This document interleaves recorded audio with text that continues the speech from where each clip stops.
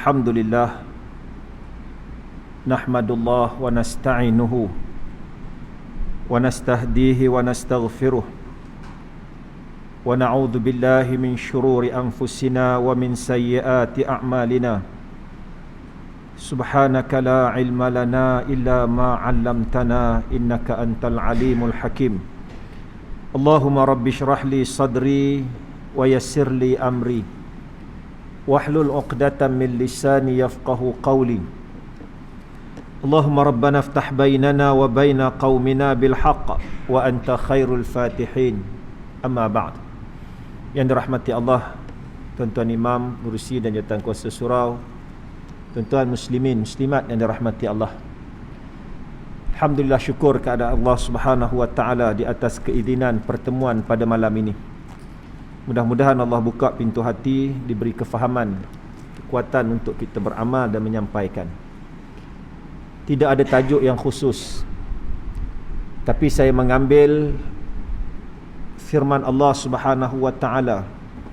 A'udzubillahi minasyaitonir rajim. Wa likulli ummatin rasulan an i'budullah wajtanibut taghut. Walikulli ummatin, tiap-tiap umat itu ada rasul yang diutus oleh Allah. Tugasnya ialah ani'budullah wajtanibut taghut, agar menyuruh manusia menyembah Allah dan menjauhi taghut. Belum saya pergi jauh, clear ke suara saya? Clear ke tak clear? Dia kena buka kot. Tu duk tanya tu. Rasa nak buka juga. Dia tak apa clear kan. Dia ada tapisan. Baik tuan-tuan yang dirahmati Allah sekalian, baru clear ya. Bila mana Allah Subhanahu wa taala isytiharkan tiap-tiap umat ini Allah hantar rasul. Tugas rasul satu saja, ani'budullah, nak suruh manusia sembah Allah. Dalam masa yang sama wajtanibut taghut, meninggalkan sesuatu yang lain daripada Allah. Taghut, sesuatu yang melampau. Mana-mana rasul, pertama dia akan ajak untuk mentauhidkan Allah. Di sanalah datangnya la ilaha illallah. Nabi SAW sebut man kana yu'minu billah wal yaumil akhir. Siapa-siapa yang beriman dengan Allah dan hari akhirat. Banyak hadis begitu. Dan dalam ayat yang lain Allah sebut wa may yabtaghi ghairal islami dinan falayuqbala minhu wa huwa fil akhirati minal khasirin. Siapa-siapa yang ambil selain daripada Islam sebagai cara hidup, falayuqbala min, Allah tak terima daripada dia, wa huwa fil akhirati minal khasirin, dan di akhirat nanti dia termasuk di kalangan orang-orang yang rugi. Saya sebutkan pentingnya nilai akidah, iman kita kepada Allah dan Rasulnya sallallahu alaihi wasallam. Sebab itu perkara pertama yang dibawa oleh Nabi ialah meyakinkan manusia, satu, Allah, yang kedua, kehidupan hari akhirat. Tersimpul semuanya dalam keyakinan kepada Allah dan hari akhirat. Percaya kepada Nabi, dia bermula daripada Allah kerana Nabi utusan Allah. Percaya kepada kitab, bermula daripada Allah, dia datang daripada Allah. Percaya kepada qada dan qadar, bermula dengan percaya kepada Allah sebab ditentukan oleh Allah. Percaya pada malaikat, bergantung kepada Allah kerana malaikat tentera dan utusan Allah. Jadi kalau kita tahu daripada mana kita datang dan ke mana kita pergi, maka selesai hidup kita ini. Islam ni tuan-tuan, dia nak ajar 3 benda je. Daripada mana datang, apa tujuan di sini, ke mana nak pergi. Daripada situlah terpancar macam-macam benda. Terbuka semua benda. Dan akidah ini adalah sesuatu yang ditanam dalam jiwa. Dia bukan lakonan. Dia suatu kepercayaan sungguh-sungguh yang kita duk minta tiap-tiap hari dalam sembahyang, ihdinas siratal mustaqim. Apa benda tu? Siratal ladzina an'amta alaihim. An'amta alaihim tu apa dia? Minan nabiyyin was-siddiqin wasyuhada'i was-salihin. Yang ni yang kita minta, ni nilai akidah. Sebab itu dalam suratul Fatihah dia adalah kandungan besar kepada nilai akidah. Besarnya akidah ini Nabi sebut suratul Ikhlas 1/3 daripada agama. Kerana 1/3 daripada agama ini ialah akidah. Dan Nabi datang nak membersihkan akidah. Bila bersih akidah, barulah membersihkan cara-cara kehidupan manusia supaya mengekalkan nilai karamatul insan. Akidah tu kena betul dulu. Sebab itu man qala la ilaha illallah dakhalal jannah. Siapa yang berkata ataupun mengucapkan la ilaha illallah dengan mempertahan, menghidup dan sebagainya, dia masuk syurga. Hadis yang lain Nabi kata, kullu ummatin yadkhulunal jannah illa man aba. Qala wa may ya'ba ya Rasulullah? Qala man ata'ani faqad man ata'ani dakhala jannah wa man asani faqad aba, atau kama qala sadaqa Rasul. Siapa yang taat pada aku, dia ikut aku, dia masuk syurga. Yang Nabi kata tiap-tiap umat aku masuk syurga melainkan yang tak anda. Sahabat heran, siapa pula tak anda?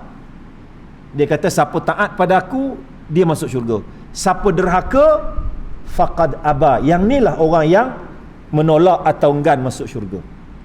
Tuan yang dirahmati Allah sekalian, Nabi SAW datang pada kita di saat akidah umat dirosakkan oleh perubahan zaman dan kejahilan.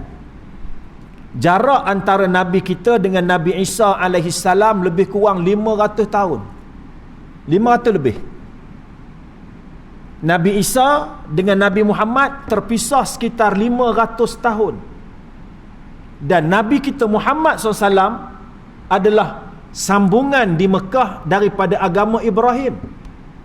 Bayangkan, Ibrahim ada 2 orang isteri, Hajar dan Sarah. Hajar melahirkan Ismail.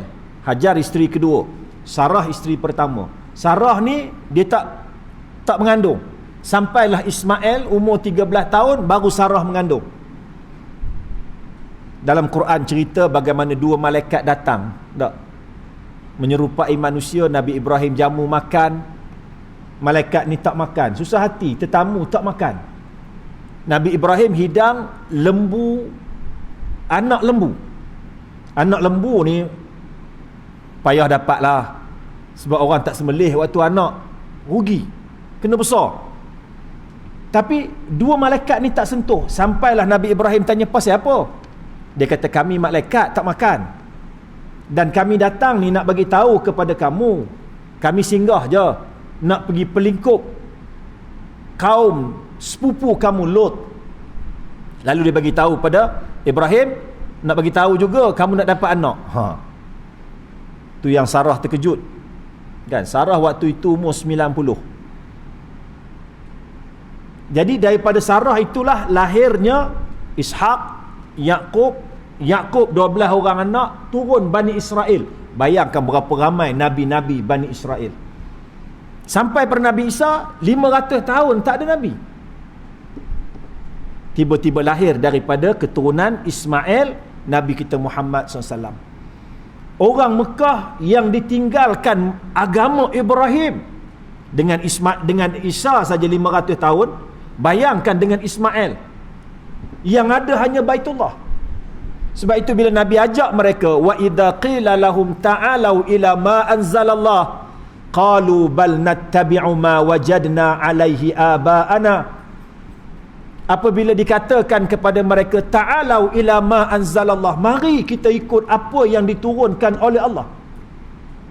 Qalu, mereka jawab, bal nattabi'u ma wajadna alaihi aba'ana, bahkan apa yang kami amal sekarang ni ialah ajaran tok nenek moyang kami. Dia duk sangka dia sembah, dia mengelilingi Kaabah, yang Kaabah pada ketika itu waktu Fathul Mekah ada 360 patung berhala. Ajaran Ismail ni dah lamanya diselewengkan kerana kejahilan umat. Ini masalah bila umat tidak ada ilmu. Orang Mekah ni dia beribadat tapi jahil. Sebab itu bila Nabi lahir di tengah-tengah mereka, dia tolak. Sebab dia tak kenal akidah yang dibawa oleh Nabi Muhammad. Walaupun Nabi Muhammad bagi tahu aku ni meneruskan agama Hanif Islam yang dibawa oleh Ibrahim. Nabi Ibrahim katakan, Nabi Ibrahim minta doa,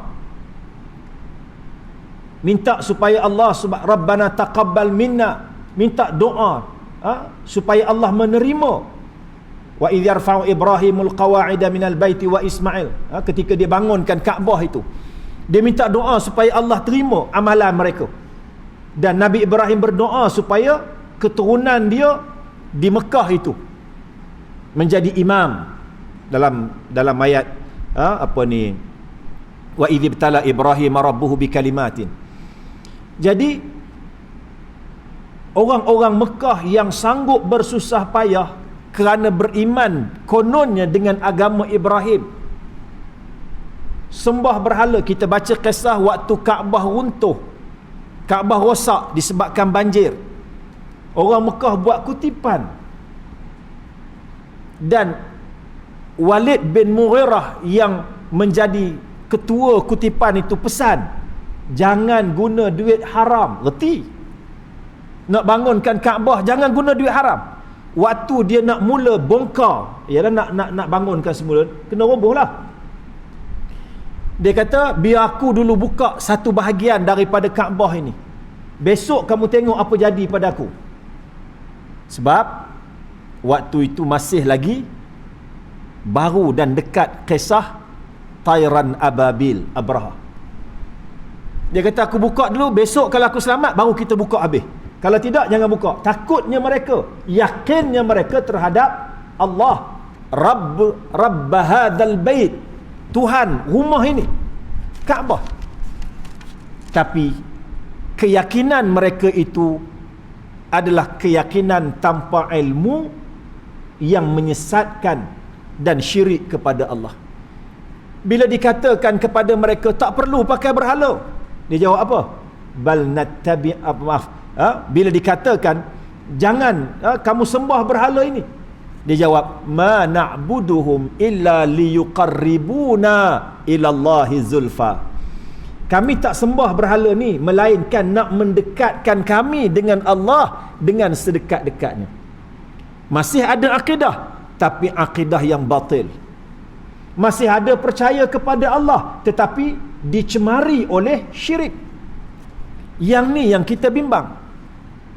Sehingga kan bila Nabi Allah Muhammad SAW bawa Islam, dia kata, kamu ni, tuan-tuan bayangkan, Nabi ni 40 tahun duduk di Mekah, beranak di Mekah, keturunan mulia, semua orang sanjung Nabi.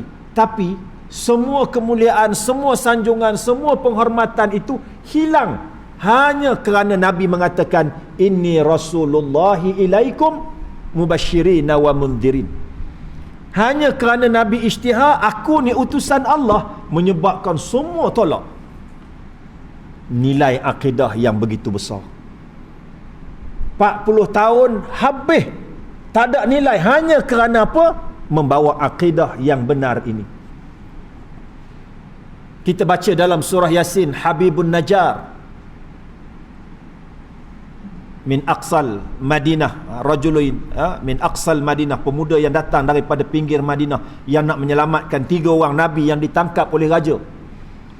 Lalu kerana mempertahankan akidah raja-raja itu, dia dibunuh. Sehingga disebutkan dalam Al-Quran, kemuliaan mempertahankan akidah itu, waktu dia mati Allah rakamkan ucapan dia, ya laita qaumi ya'lamun bima ghafara li rabbi wa ja'alani minal mukramin. Dia kata, alangkah baiknya kalau kaum aku tahulah, bima ghafara li rabbi, keampunan yang aku terima daripada Tuhan aku, wa ja'alani minal mukramin, dan kemuliaan yang aku dapat kerana mati mempertahankan akidah ini.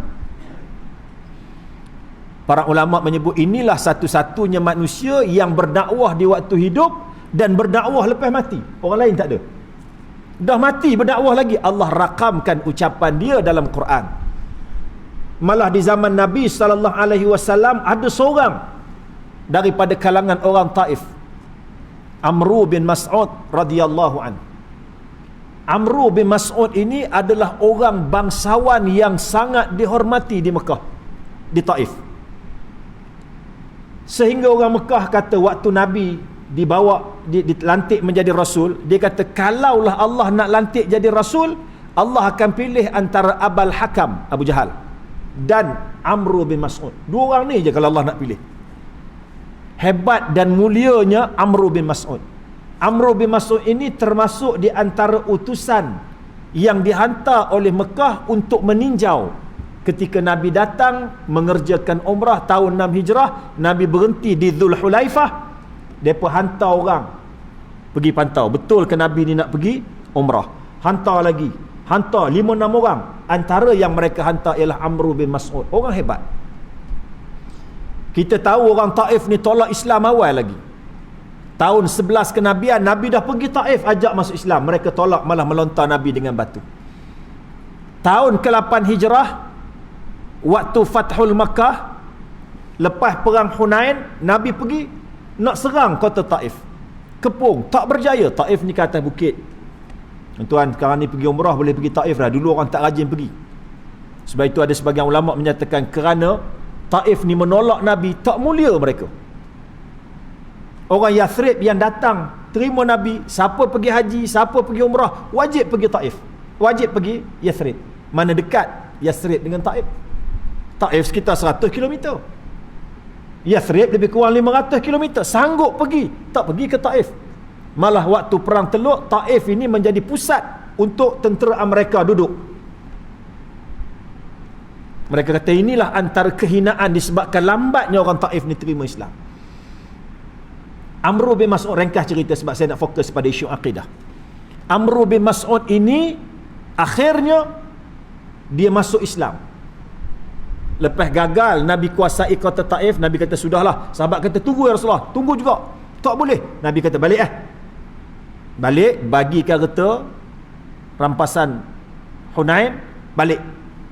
Tak lama kemudian datang Amru bin Mas'ud masuk Islam. Dia kata ya Rasulullah, izinkan aku untuk balik berdakwah kaum aku.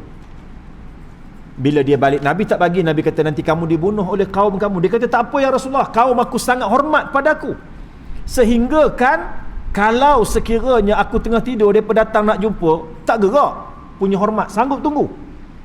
Dia pun balik. Lalu dia mengajak kaum dia kepada Islam. Dia dipanah, dibunuh. Nabi kata Amru bin Mas'ud sahibu Yasin min ummati. Amru bin Mas'ud ini adalah seumpama sahibu Yasin, Habibun Najjar di kalangan umat aku. Kenapa? Mereka dibunuh mempertahankan akidah. Habibun Najjar Allah rakam dalam Quran. Ashabul Kahfi Allah rakam dalam Quran kerana mempertahankan akidah. Tuan-tuan baca kisah 7 orang pemuda. Yaquluna thalathatun wa rabi'uhum kalbuhum. Ada yang kata 3, 4 tu anjing.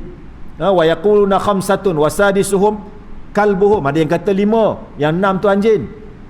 Rajman bil ghaib, kata Allah, mereka meneka-neka dalam kesamaran, tak ada yang tepat. Wa yaquluna sab'atun wa thaminuhum kalbuhum. Ada yang kata 7, yang ke-8 itu anjing mereka. Wallahu iddatu wallahu a'lamu bi iddatihim tu. Allah Taala lebih tahu bilangan mereka. Jadi ulama kata yang lebih cenderung hampir tepat ialah 7 yang ke-8 anjing. Sebab 3, 4, 5, 6 rajman bil ghaib, Allah tutup di situ. 7, 8 Allah kata Allah lebih tahu bilangan mereka. 7 orang pemuda Ashabul Kahfi ini Allah rakam dalam Quran. Apa keistimewaan mereka? Mereka meninggalkan tanah air untuk mempertahankan akidah. 309 tahun tidur, 309 tahun. Ashabul Ukhdud Ni keistimewaan akidah. Orang-orang yang mempertahankan akidah, ashabul ukhdud, Allah rakam dalam surah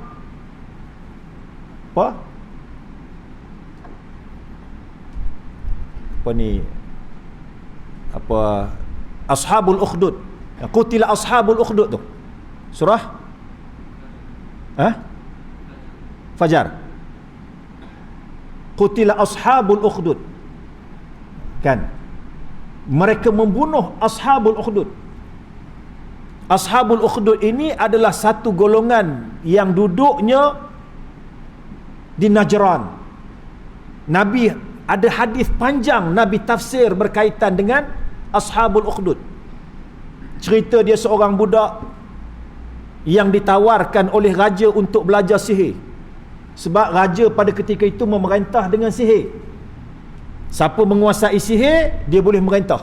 Rakyat jadi takut. Dia setiap zaman dia berubah. Kalau orang kaji politik, dia akan tengok zaman ni apa kecenderungan dia, zaman ni apa waktu itu kecenderungannya, siapa menguasai ahli sihir, dia jadi raja. Jadi budak ni diberi beasiswa penuh untuk belajar sihir. Dah select, dah pilih yang terbaik, pelajar cerdik.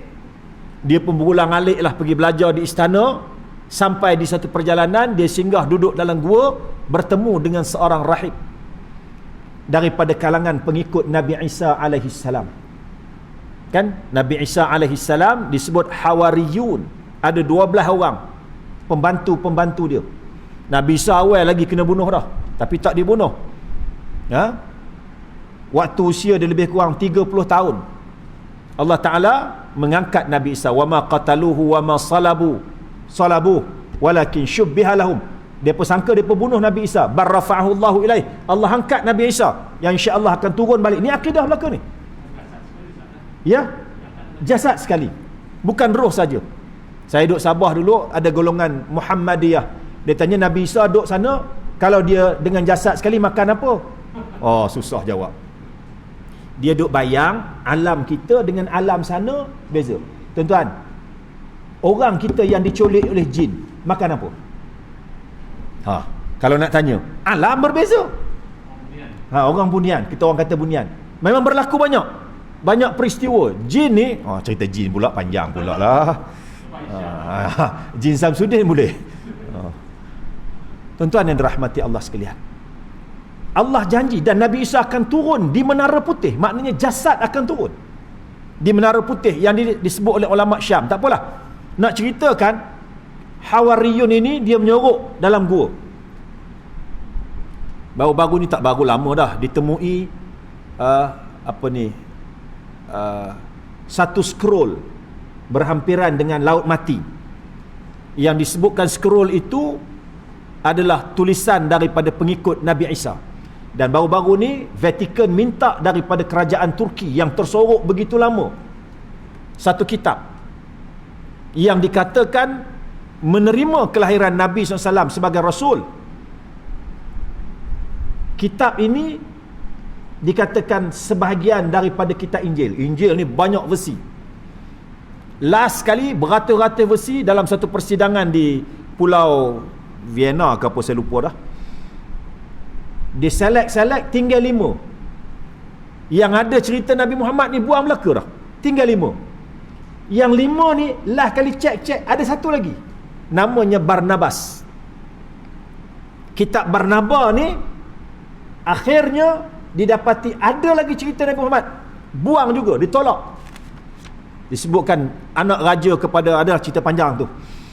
Jadi Nabi Isa alaihi salam ini, pengikut dia ni ajar kepada ghulam ini, budak ini, tentang Islam ataupun iman, keyakinan kepada Allah.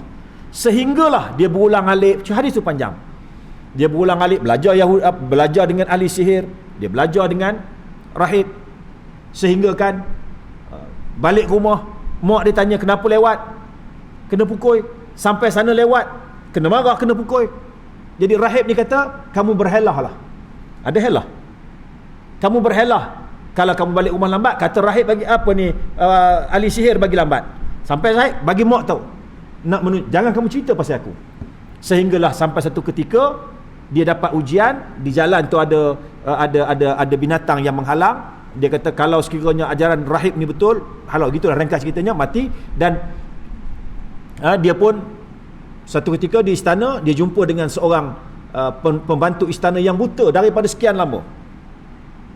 Akhirnya pembantu tu kata, dengar cerita kamu ni ilmu sihir dah hebat, boleh halau binatang. Dia kata tak, Allah Subhanahu Wa Ta'ala yang menolong. Dia kata, aku tolong sembuh aku. Dia kata, aku boleh, tapi kalau Allah izin, dengan syarat kamu beriman dulu. Akhirnya pembantu ni beriman.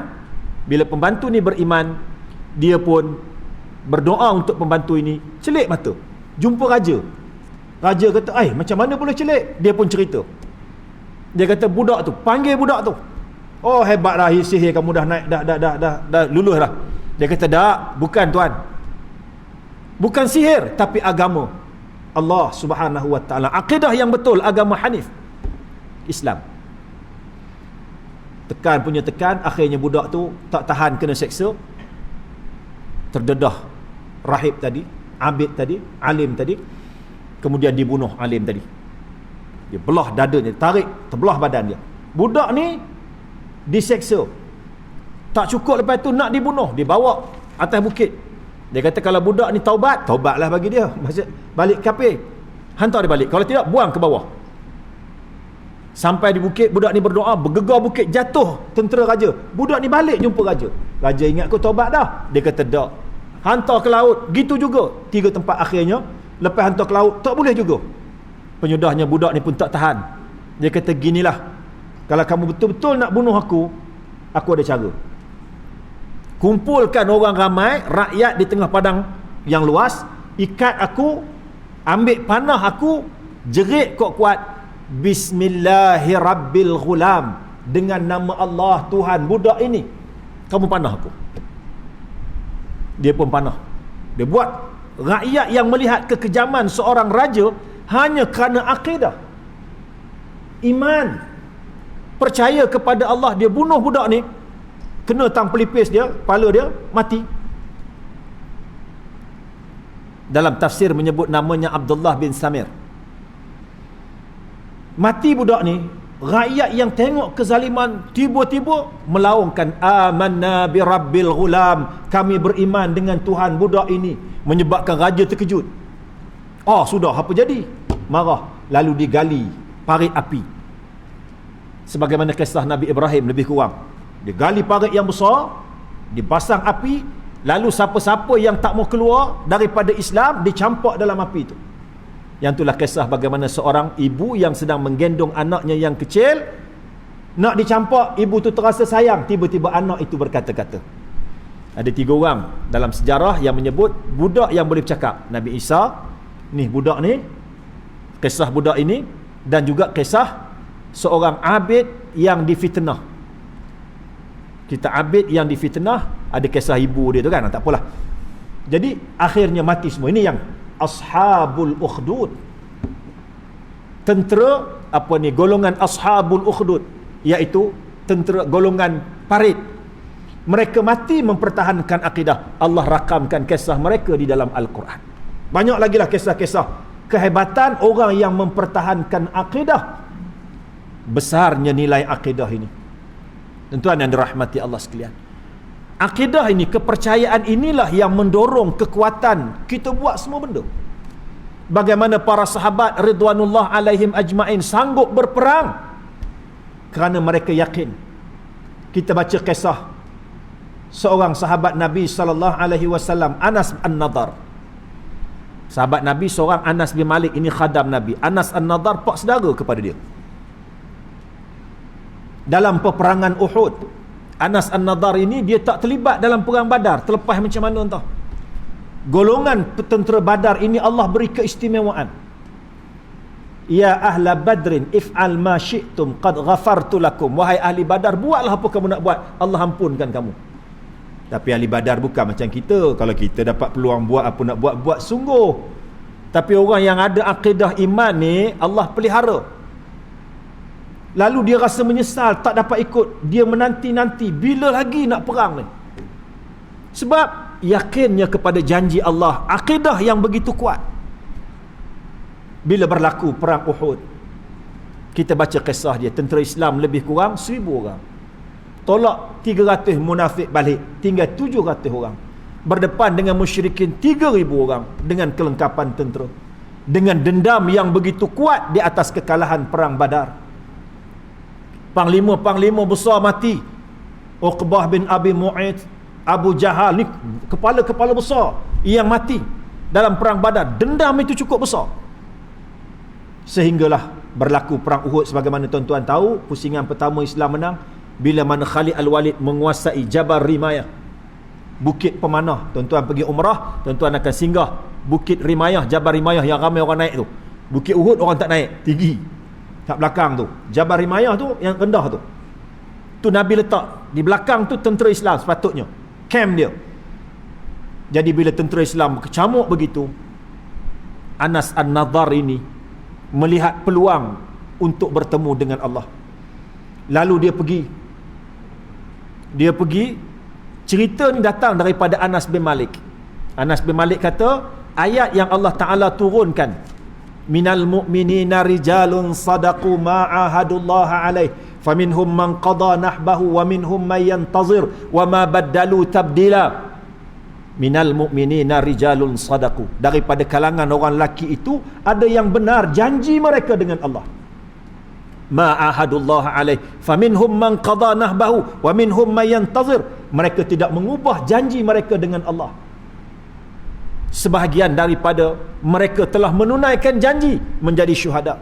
Wa minhum man yantazir, sebahagian daripada mereka sedang menanti-nanti bila dapat menunaikan janji dengan Allah. Wa ma baddalu tabdila, mereka tidak mengubah janji mereka. Anas An-Nadhar ini bila tengok keadaan perang yang kelang kabut, lalu dia pergi. Kebetulan dia berjumpa dengan Sa'ad bin Mu'adh radhiyallahu an. Sa'ad bin Mu'adh adalah pemimpin Ansar. Ansar ada dua tokoh, Sa'ad bin Mu'adh dengan Sa'ad bin Ubadah. Ini tokoh besar orang Ansar. Sa'ad bin Mu'adh ini dia meninggal dalam perang, syahid dalam perang Ahzab. Dia kena panah tapi tak mati selepas dia berlaku perang Bani Quraizah, dikuasai Bani Quraizah, Nabi minta dia jadi hakim. Sa'ad bin Mu'adh kata, perang Uhud 3 Hijrah. Sa'ad bin Mu'adh kata, aku ditemui oleh Anas An-Nadhar. Dia kata, wahai Sa'ad, aku sedang mencium bau syurga di balik bukit Uhud. Ni nak cerita akidah. Dia kata, aku mencium bau syurga di balik bukit Uhud. Lalu Sa'ad kata, Anas An-Nadhar merempuh musuh yang begitu ramai sehingga tubuhnya penuh dengan tetakan-tetakan syahid, sehingga saudaranya sendiri tak kenal wajah dia melainkan pada cincin yang dia pakai. Saya nak ceritakan akidah. Kepercayaan ini menyebabkan mereka tak peduli apa dah. Dan akidah yang benar, percaya kepada Allah dan Rasul, ini jugalah yang menjadi kekuatan kepada Muhammad Murad Al-Fatih. Bila Nabi kata la tuftahannal Qastantiniyah fala ni'mal amir hadzal amir wala ni'mal jaish dzalikal jaish, atau kama qala sadaqa Rasul. Nabi kata akan dibuka kota Qastantiniyah, Constantine. Sebaik-baik raja, inilah raja dia. Dan sebaik-baik tentera, inilah tentera dia. Nabi ucapkan itu ketika menggali parit dalam peristiwa peperangan Ahzab. Orang tak nampak lagi macam mana nak buka kota Constantine yang 1000 tahun dah kukuh. Dia ada kota yang paling kukuh, Constantinople ini, kubu yang paling kukuh. Kota Rom, Byzantine. Macam-macam orang tak boleh serang. Bila dengar ini, sahabat-sahabat ni pegang. Masa tu tak menang lagi, masih diancam, tak boleh pegang. Sehinggalah bermula daripada zaman Sayyidina Umar Al-Khattab radhiyallahu an. Bila mana Islam itulah berkembang sampai ke wilayah Syam, Umar melantik Muawiyah bin Abi Sufyan menjadi gubernur di Syam. Minta izin daripada Umar untuk menyerang Constantine, kena menyeberang lautan. Umar tak izin lagi. Bila naik Uthman bin Affan radhiyallahu an, menjadi khalifah. Uthman ini sepupu kepada Muawiyah. Lalu Uthman membenarkan Muawiyah adalah orang pertama yang membentuk armada laut tentera Islam. Lalu dia menyerang kota Konstantinopel. Di antara sahabat besar yang bersama ialah Abu Ayyub Al-Ansari radhiyallahu an. Berapa umur Abu Ayyub pada ketika itu? Lebih 70 tahun. Pergi juga. Ada sahabat yang dah tua. Dia kata, anak-anak dia kata, tak payah pergilah ayah.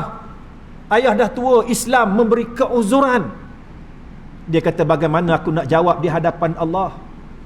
Ketika mana Allah berfirman, infiru khifafan wa thiqala wajahidu bi amwalikum wa anfusikum fi sabilillah. Infiru khifafan wa thiqalan. Pergilah kamu berperang dalam keadaan khifafan wa thiqalan, ringan dan berat. Ditafsirkan senang dan susah, rajin dan malas, tua dan muda. Dia kata, aku nak jawab apa di hadapan Allah? Lalu ada yang sebahagiannya mengikuti, mati di tengah lautan. Abu Ayyub Al-Ansari ikut serta nak mendapatkan ni'mal jaish, tentera yang terbaik, menyeberangi lautan pergi serang Byzantine, gagal. Abu Ayyub kata, kalau aku mati, kebumikan aku di bumi ini supaya aku mendengar derap tapak kaki tentera Islam yang pasti akan membuka kota Konstantinia. Yakinnya mereka dengan janji Rasulullah. Ini iman, ini akidah. Apa yang membentuk sebegitu? Zaman Umayyah, kerajaan Umayyah habis, usaha nak serang tak boleh, disambung oleh kerajaan Abbasiyah. Usaha nak serang tak boleh, sehinggalah di zaman kerajaan Uthmaniyah. Uthmaniyah ni orang Turki, bukan orang Arab. Islam gemilang lepas Khulafaur Rasyidin, Umayyah sampai kerajaan Abbasiyah. Sekerat daripada Abbasiyah, khalifah raja-raja sudah mula bermewah, sudah mula lupa kepada jihad. Urusan jihad diserahkan kepada golongan Mamluk. Mamluk, hamba-hamba yang ditawan, yang dijadikan tentera Islam. Anak-anak yang dididik menjadi tentera. Sebahagian besarnya adalah golongan Turki, orang-orang yang kuat. Sehingga muncul kerajaan Mamluk, Mamalik, muncul kerajaan Buaith, muncul kerajaan Saljuk, muncul kerajaan Fatimiyah. Ni kerajaan-kerajaan kecil. Sebab apa? Raja-raja Arab dan orang Arab keseluruhannya dah seronok jadi tentera ni bagi ke orang lain. Dia lupa bila mana dia meninggalkan jihad, Allah menghinakan dia. Yang ni yang diungkapkan oleh Abu Bakar, ma taraka qaumul jihad illa ammahumullahu bidzulli wal fasad. Tidaklah mana-mana kaum meninggalkan jihad melainkan Allah akan hinakan dia dengan dzulli wal fasad, kehinaan dan juga kerosakan. Ini antara ucapan dasar Abu Bakar waktu jadi khalifah. Orang Arab dah mula bangga, tinggal jihad, urusan jihad diserahkan kepada orang Turki yang bukan Arab. Akhirnya Allah muliakan golongan Turki. Kerajaan Mamalik atau Mamluk adalah di antara raja yang pertama berjaya menghalang kemarahan Mughal di dalam peperangan Ain Jalut. Sultan Zahir Babus bersama Saifuddin Qutus yang berjaya menyekat Mughal kali pertama dalam sejarah, yang orang kata Mughal ni kalau dia serang habislah. Sebagaimana Jepun, mari tanah Melayu, serang Jepun ni habislah, tak boleh kalah dah. Kan orang Melayu pun kata habislah, mari Jepun ni siapa pun tak boleh lawan. Mughal ni macam tu lah. Hulagu, anak kepada cucu kepada Genghis Khan, anak kepada cucu kepada Kublai Khan. Genghis Khan, Kublai Khan. Hulagu ni adalah raja Mughal yang menyerang sebelah kerajaan Islam. Dia nak menyerang sampai ke Eropah, tapi isteri dia beragama Kristian mengalihkan untuk menyerang kerajaan Islam. Ni ada politik di dalamnya, Kristian bagaimana menguasai Mughal. Ni ada semua politik dunia ni. Akhirnya selepas Saljuk, muncul suatu kabilah kecil, Kai, lahir. Mereka melarikan diri daripada wilayah Mogul. Sampailah Sulaiman Shah, anak dia Urturul. Urturul ini dapat anak Uthman. Uthman inilah yang mendirikan kerajaan Uthmaniyah. Usaha untuk membuka Konstantinia, dia berdepan dengan Mogul, berdepan dengan Byzantine, sentiasa berperang. Sampailah Sultan yang ke-6, Sultan Murad. Mereka berpegang kepada janji, kuatnya akidah, tak tinggal untuk menyempurnakan janji Rasulullah. Yakin sungguh Nabi janji ni waktu gali parit Khandaq tahun 5 Hijrah. Ratus tahun kemudian nak buka ni, tak luput. Ni janji Nabi, mesti berlaku, mesti berlaku. Buat juga, kalah, teruskan. Sultan Murad, dia berjaya beberapa kali cuba untuk meroboh kota, tapi tak boleh juga. Dia dapat anak, dan Aqd Syamsuddin, ulama yang mendampingi Sultan Murad pada ketika itu, menasihatkan. Dia kata, kamu tak boleh buka Konstantinia, tapi budak ini bakal membuka Konstantinia. Lagi semangat ayah dia, Sultan Murad. Dia didik anak dia Muhammad untuk fokus pada Konstantinia, fokus Konstantinia, sehingga dibuat peta Konstantinia di lantai bilik. Setiap hari Muhammad yang masih kecil itu pijak tengok peta Konstantinia. Balik saja daripada perang, dia akan tanya anak dia, apa persiapan kamu membuka Konstantinia? Ketika usia lebih kurang 12 tahun, ayah dia turun tahta, pergi bertahannuth, khulwah, bagi anak dia jadi raja kejap. Ada masalah, kemudian dia balik atas nasihat menteri, balik jadi raja. Ketika Muhammad berusia 19 tahun, dia syahid, ayah dia mati, Sultan Murad mati. Naik saja, dia terus fokus. Kerja pertama, Konstantinia. Segala kekuatan ditumpukan untuk membuka Konstantinia, sehingga dia berjaya menghubungkan Hungary dan sebagainya, mengambil seorang tokoh buat meriam yang bernama Urban, orang Kristian. Dia ambil, dia bayar dengan harga yang mahal untuk buat meriam yang boleh merobohkan kota Konstantinia. Di usianya 21 tahun, sekitar 2 tahun selepas jadi raja, dengan keyakinan iman yang kuat, dia tahu tidak ada benda yang boleh meroboh, tidak ada benda yang boleh mematahkan janji Rasulullah. Syarat dia penuhi janji itu. Allah suruh buat apa, buat. Rasul suruh buat apa, buat. Bina akidah. Lalu akhirnya dia berjaya membuka kota Konstantinia, menunaikan janji Rasulullah. Apa motivasinya? Akidah di atas hadis Nabi sallallahu alaihi wasallam yang satu tadi. Nak ceritakan besarnya nilai akidah. Tuan-tuan yang dirahmati Allah, yang inilah yang kita nak bina. Hidup kita ni insya-Allah jadi tenang bila mana kita yakin kepada apa yang diatur oleh Allah. Kita beriman dengan qada dan qadar. Kita yakin hidup kita ni dah tentu belaka. Ada orang tanya, ustaz, kalau gitu semua tentu dah, buat apa buat kerja? Tak, rezeki semua dah ada. Kita baca hadis matan arba'in, dalam hadis Muslim tu ada cerita, sekian umur Allah Ta'ala dalam kandungan, Allah Ta'ala tetap dah rezeki kamu, umur kamu, buat tentu dah. Jadi yang kita buat kerja ni buat apa? Baik tunggu je. Agak-agak kalau kita tak buat kerja, boleh makan tak? Boleh. Kalau itu memang rezeki kita, boleh. Itu yang kita buat kerja buat apa? Tanya balik, kamu datang kat dunia ni buat apa? Kamu datang kat dunia ni nak cari makan ke nak cari pahala? Kalau nak cari makan, tak payah kerja, tak apa, tunggu. Sebab itu, kalau memang rezeki kamu, teruk mana pun akan sampai. Kalau bukan rezeki kamu, buah dalam mulut pun keluar balik. Yang usaha ni kerana nak cari pahala. Allah suruh berusaha, maka kita cari pahala. Allah suruh bekerja, kita bekerja kerana perintah Allah, dapat pahala. Bila sakit kita berubat, kenapa berubat? Perintah Allah. Sedangkan menyembuh dan mendatangkan sakit Allah. Cucuk vaksin ni usaha.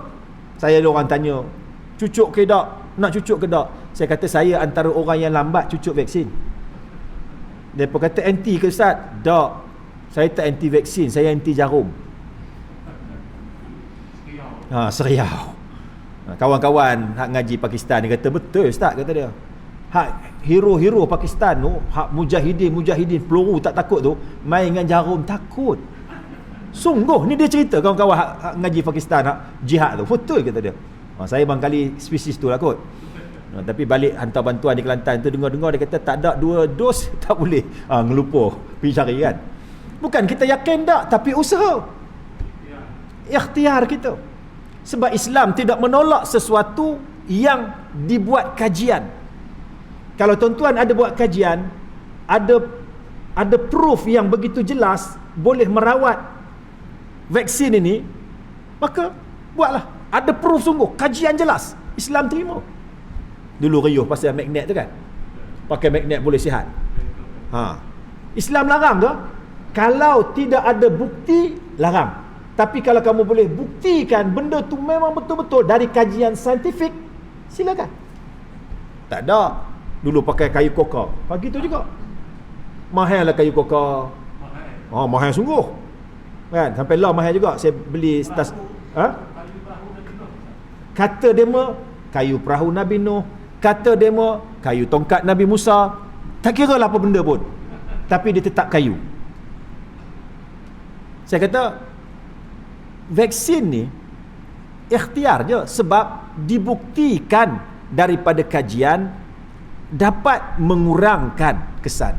Yang kata yang cucuk 2 pun mati juga, mati ni tak sah kira. Tak, mati ni tak sah kira. Dia kata banyak lagi benda lain yang boleh menyembuh.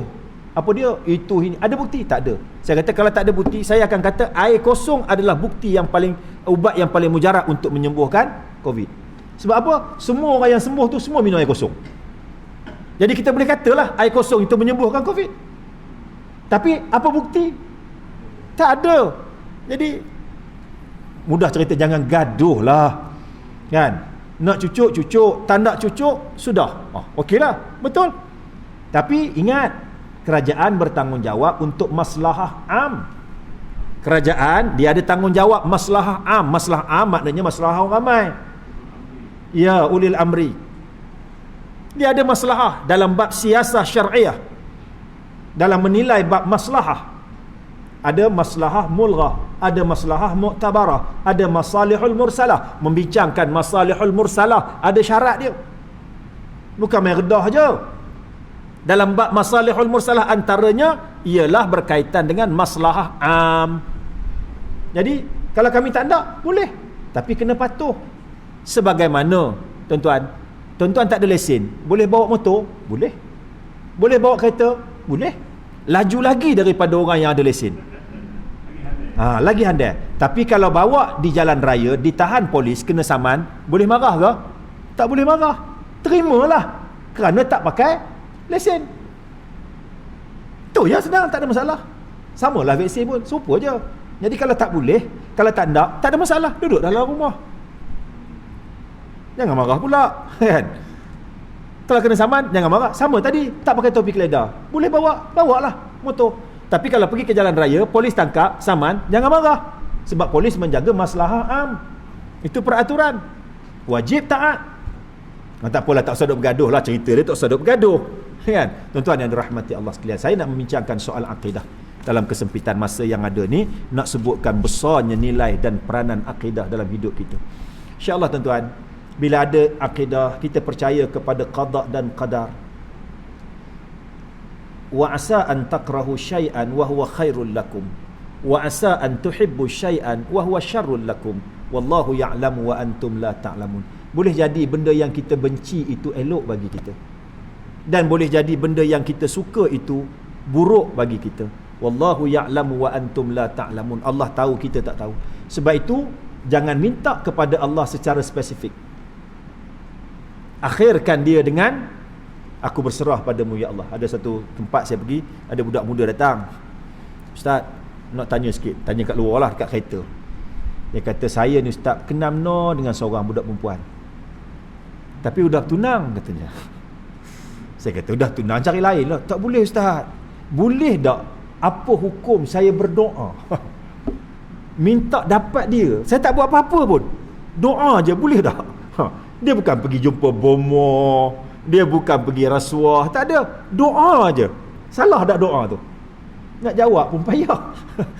Kan? Saya kata ginilah, kenapa kamu tak berdoa supaya Allah bagi yang lebih baik daripada dia? Yang beria nak dia juga, tu pasal apa? Minta yang lebih baik. Kalau dia yang terbaik, macam mana pun Allah akan bagi kamu. Tapi kalau ada yang lebih baik, tak nak ke? Nak dia juga Ustaz, lantak kamu lah. Kalau dah sampai gitu dia punya pino. Nak ceritakan kita tuan-tuan, mintalah kepada Allah, ya Allah aku minta yang terbaik.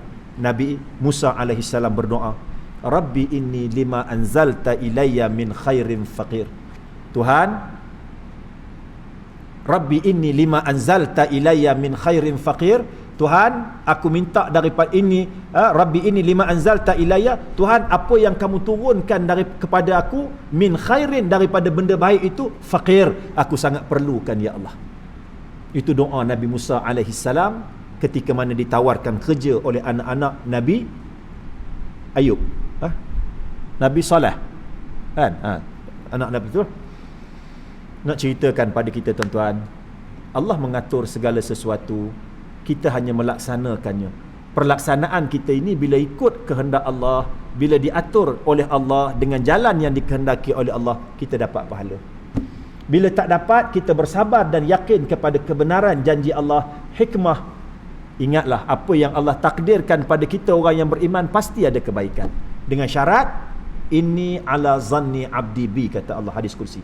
Aku di atas sangka hamba ku. Kalau kita buruk sangka dengan Tuhan, mudah. Sebab itu berdoa, kena ada keyakinan Allah kabul doa kita. Bagaimana? Bila bukan urusan kita. Confirm. Wa idza sa'alaka ibadi anni fa inni qarib. Ujibu da'watad da'i idza da'an. Bila Allah Ta'ala tentu, minta confirm Allah bagi. Bila, jangan tanya. Bagaimana, jangan tanya. Banyak mana, jangan tanya. Itu bukan urusan kita, itu urusan Allah. Allah lebih tahu. Saya yakin kalau tuan-tuan buat muhasabah pun banyak benda yang kita dapat. Saya pun banyak 2-3 benda tengok Allah, akhirnya Tuhan bagi begitu. Jangan susah hati dengan ujian yang Allah timpakan pada kita. Barangkali kerana banyaknya dosa kita, ujian itu menjadikan kita lebih tabah. InsyaAllah kita dapat pahala dengan kesabaran tadi. Besar nilai pahala daripada sabar. Nabi-Nabi adalah orang yang paling teruk diuji. Kan kita baca apa ni, ulul azmi, fasbir kama sabara ulul azmi minar rusul. Sabarlah kamu sebagaimana sabarnya ulul azmi, nabi-nabi yang banyak kesusahannya. Nabi sebut pada Aisyah, Aisyah, aku sakit lebih teruk pada kamu. Nabi-nabi ni istimewa kerana teruknya ujian. Maka hidup kita ni, kita tak tahu Allah nak uji macam mana. Yang penting kita tahu dan kita yakin, kita pasti kita berada di atas jalan yang benar. Selebihnya biarlah. Cara Allah Ta'ala nak tolong kita, cara Allah Ta'ala nak bagi pahala pada kita, cara Allah Ta'ala nak meletakkan kita dalam syurga. Sebab kata Allah, ada di kalangan hamba-Ku, hadis kursi, ada di kalangan hamba-Ku awliya, wali-wali. Wali aku yang minta jadi kaya, aku bagi dia miskin. Sebab aku tahu kalau dia kaya, dia akan tinggalkan aku. Ada di kalangan wali aku yang minta jadi miskin, aku bagi dia jadi kaya. Sebab kalau dia miskin, mungkin dia akan berubah gitu. Dia akan berubah, Allah tahu. Jadi Allah buat itu betul dah. Apa yang berlaku kepada kita ni betul dah. Yang penting sangka kita dengan Allah. Yang penting jangan kita lari daripada track yang diatur oleh Allah. Jaga akidah kita, jaga keyakinan kita, insya-Allah kita akan selamat bertemu akhirat, kerana matlamat kita di sana. Hidup dunia hanya sementara. Wallahu ta'ala a'lam. Tuan-tuan yang dirahmati Allah sekalian, sekadar itulah yang dapat saya kongsi bersama untuk pertemuan kita pada malam ini. Mudah-mudahan ada manfaatnya. Fokus yang saya bincangkan ialah pentingnya akidah, perlunya kita belajar akidah supaya kita dapat bertahan sampailah ke akhir kalam kita. Dengan akidah kita mampu hidup di atas dunia ini dengan kehidupan sukar macam mana pun kita boleh tenang. Sebab itu orang yang beriman, la khaufun alaihim wala hum yahzanun. Tidak ada rasa perasaan khauf, takut. Walahum yahzanun, tak ada duka cita. Tak apalah, Tuhan atur.